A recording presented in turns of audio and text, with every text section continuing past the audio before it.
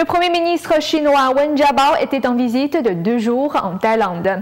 Mardi, il a parlé avec la communauté chinoise locale. C'était un des premiers arrêts de Wen Jiabao en Thaïlande, mais son discours n'a pas été rapporté par les médias d'État chinois.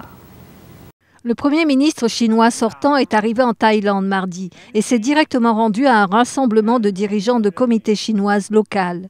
Là, il a exprimé quelque chose que beaucoup ont trouvé surprenant. Il a dit qu'il espère que les gens ne se souviendront pas de lui après son départ.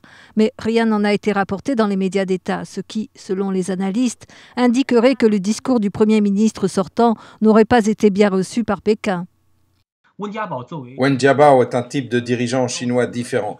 Il dit souvent des choses échappant à la rhétorique politique. Donc, ce qu'il dit peut susciter des crispations parmi ceux au sein du régime communiste qui suivent strictement ses règles tacites. Mais qu'a donc dit d'autre Wen Jiabao? L'homme qui en a souvent appelé au changement politique a déploré des affaires restées inachevées. Je veux dire que d'ici quelques mois, je me retirerai et m'effacerai dans l'isolement. J'ai toujours senti qu'il y a de nombreuses choses inachevées et que beaucoup d'autres n'ont pas été bien faites.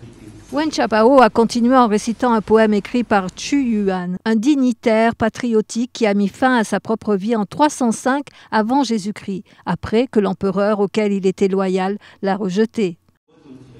Les 2 phrases signifiaient « Dans ma quête de vérité, je mourrai 9 fois sans éprouver de regrets. Pour assurer ma propre intégrité, même dans la mort, je dois être droit et honnête. » L'agence officielle Xinhua n'a pas fait mention du discours de Wen Jiabao.